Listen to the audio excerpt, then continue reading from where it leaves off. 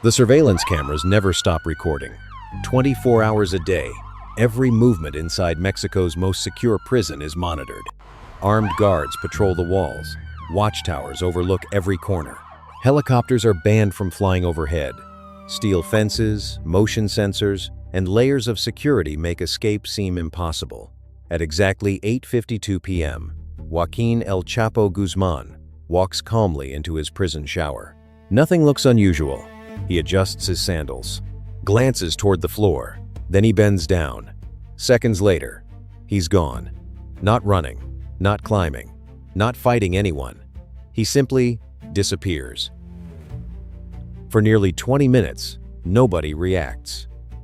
By the time guards finally enter the cell, all that's left is a perfectly cut hole beneath the shower, leading into one of the most sophisticated escape tunnels ever built. The world's most wanted drug lord has escaped. Again. But this story isn't really about a tunnel. It's about how a poor farmer's son built a criminal empire worth billions of dollars. How he repeatedly outsmarted governments, intelligence agencies, and elite military units. And how, after surviving countless raids and escaping 2 maximum security prisons, his downfall wouldn't come from bullets or betrayal. It would begin with something far more unexpected. A Hollywood actor, a magazine interview, and one broken car engine that ended the greatest manhunt in modern Mexican history. Long before he became the world's most wanted criminal, Joaquin Guzman was just another boy growing up in the mountains of western Mexico.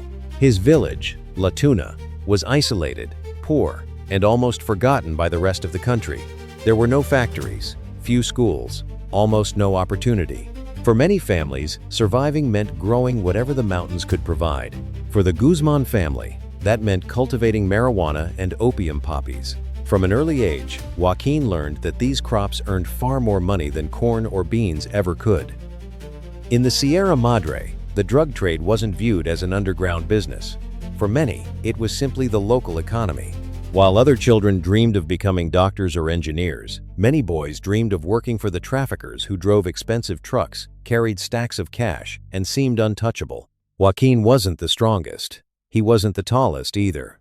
Standing only about 5 feet 6 inches, he would eventually earn the nickname El Chapo, meaning shorty. But what he lacked in size, he made up for with ambition. He left school before finishing elementary education and devoted himself entirely to the business. At first, he was little more than a courier, transporting drugs through the mountains. Soon, however, older traffickers noticed something different about him. He solved problems. Shipments that disappeared suddenly arrived on time. People who stole from the organization quickly vanished. Unlike many criminals driven by emotion, El Chapo approached the drug trade like a businessman. Reliable transportation, trusted partners, efficient logistics. As the powerful Guadalajara cartel expanded during the 1980s, El Chapo quietly climbed its ranks. When the cartel eventually fractured after the arrest of its leader, chaos spread across Mexico's criminal underworld. Most saw uncertainty. El Chapo saw opportunity. Together with several longtime allies, he helped build what would become the Sinaloa cartel.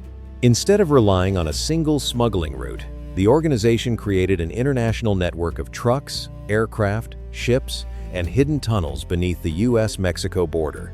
Within only a few years, the cartel was moving enormous quantities of cocaine, heroin, marijuana, and later methamphetamine into the United States. Money flowed in by the billions.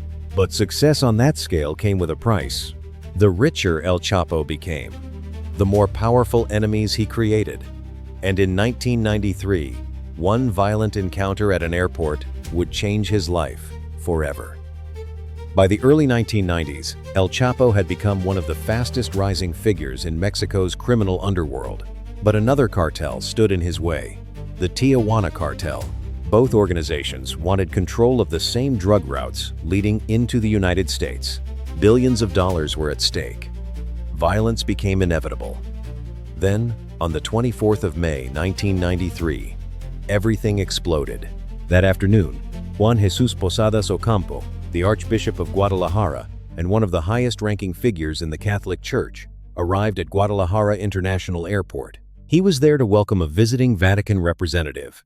Around the same time, El Chapo's convoy also entered the airport.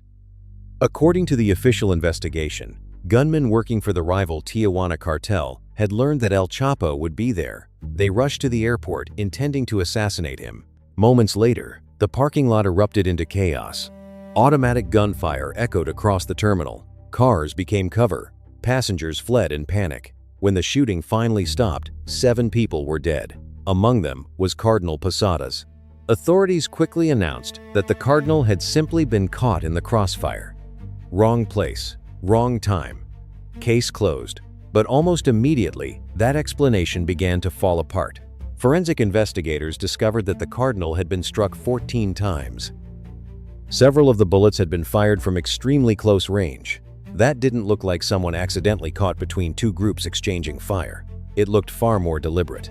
Then another problem emerged. Officials claimed the gunman had mistaken the Cardinal's white Mercury sedan for El Chapo's nearly identical vehicle. But witnesses pointed out something difficult to ignore. The Cardinal was wearing his full religious robes. He looked nothing like a drug trafficker. How could experienced assassins mistake one of Mexico's most recognizable religious leaders for the country's most wanted criminal?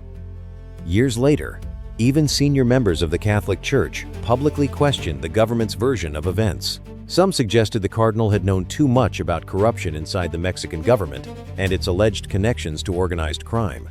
Others believed he had been intentionally silenced. To this day, no one knows exactly what happened in that airport parking lot. Was El Chapo truly the intended target? Or had the airport shootout become the perfect cover for a completely different assassination? Comment 1. If you believe the official explanation. Or 2. If you think the truth about Guadalajara Airport has never been revealed. 2 weeks later, the Mexican government finally caught up with El Chapo. But capturing him would prove far easier than keeping him behind bars. When El Chapo was arrested in Guatemala in June 1993, many believed his empire was finished. The Mexican government celebrated. Newspapers called it one of the country's biggest victories against organized crime. Without its leader, the Sinaloa cartel would surely collapse. At least, that was the expectation. Instead, something unexpected happened. The cartel continued operating almost as if nothing had changed. From inside prison, El Chapo remained firmly in control. Lawyers carried messages in and out. Trusted family members relayed instructions. Senior lieutenants managed day-to-day operations. Major decisions still came from one man. He didn't need a phone. He didn't need the internet.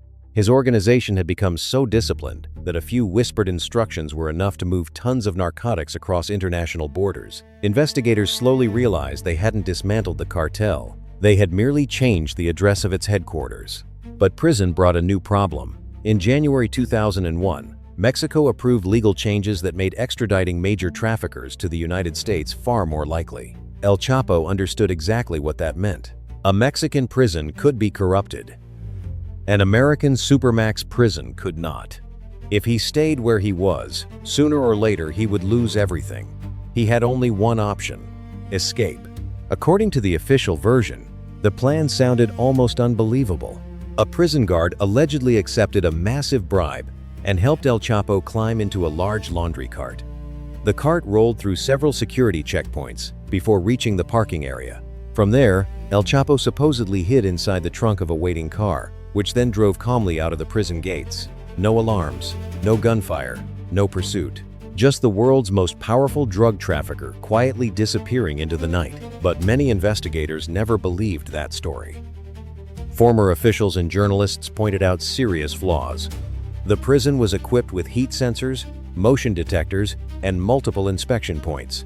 A hidden passenger should have triggered alarms long before reaching the exit.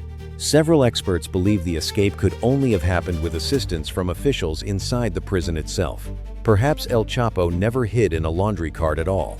Perhaps he simply walked out wearing a police uniform, escorted by people whose job was supposed to keep him locked inside. Whatever the truth may be, one fact is undeniable. When dawn broke, El Chapo was free again. And over the next decade, he wouldn't just rebuild the Sinaloa cartel.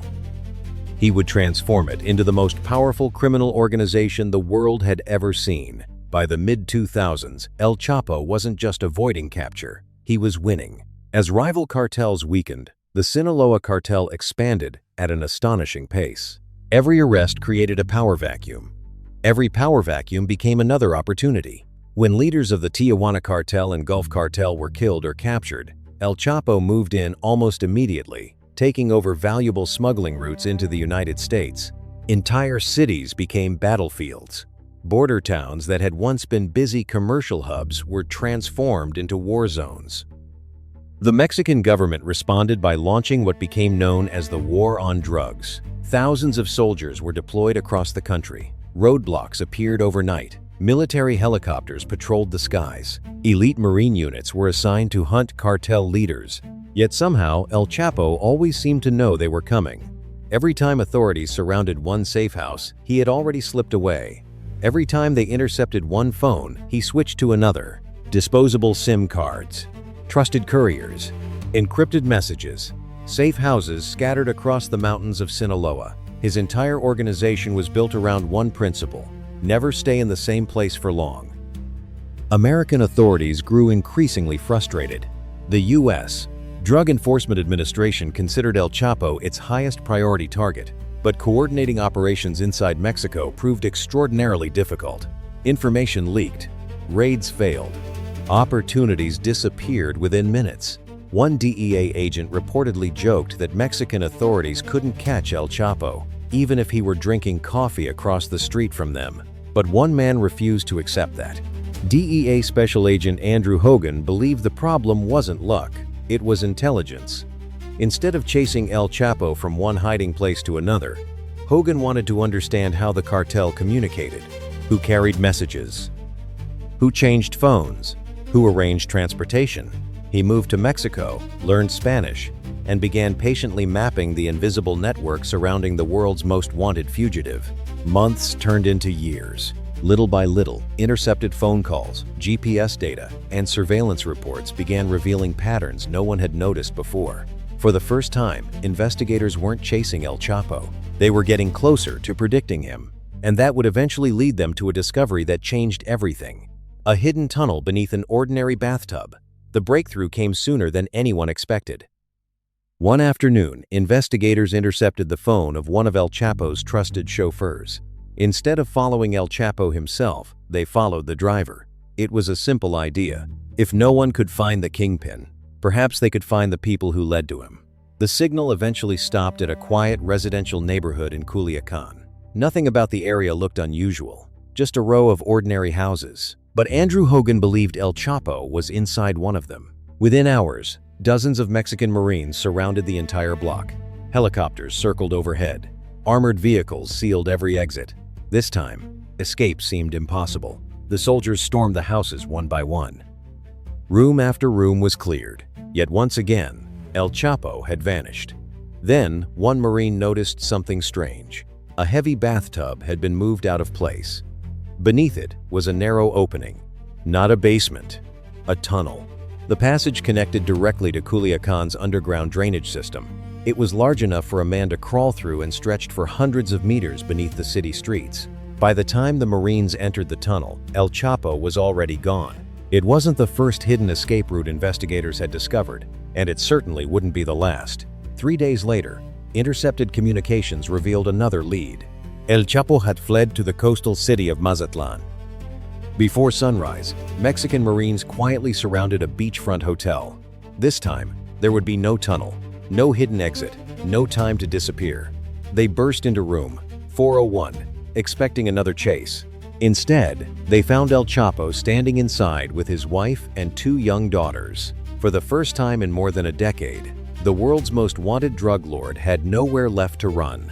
Or so everyone believed. Because while El Chapo was being escorted back to prison, his allies had already begun planning the most audacious prison escape in modern history. But El Chapo's second imprisonment would become even more embarrassing for the Mexican government than his first. This time, they placed him inside Altiplano, the country's highest security prison, a facility specifically designed to hold prisoners who were considered impossible to escape.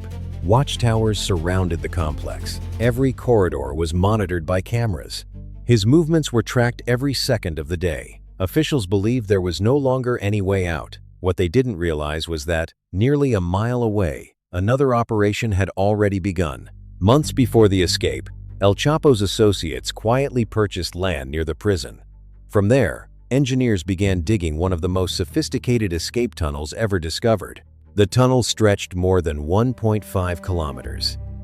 It contained electric lighting, ventilation systems, reinforced wooden supports, even steel rails carrying a modified motorcycle used to transport dirt during construction, and eventually, El Chapo himself.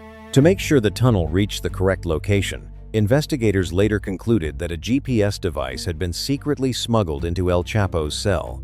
The tunnel ended directly beneath the one place cameras couldn't clearly see: the shower. On the evening of the 11th of July, 2015, surveillance cameras recorded El Chapo walking calmly toward the shower area.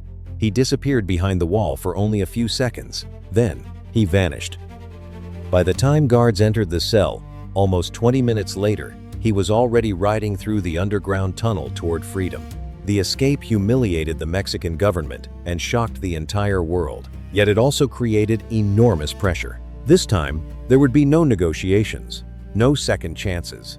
Every intelligence agency involved in the hunt shared the same objective: find El Chapo at any cost. Ironically, after escaping the world's most secure prison for a second time, El Chapo made the one mistake he had never made before. He started believing his own legend. His secret meeting with actor Sean Penn and actress Kate Del Castillo gave investigators fresh leads to follow.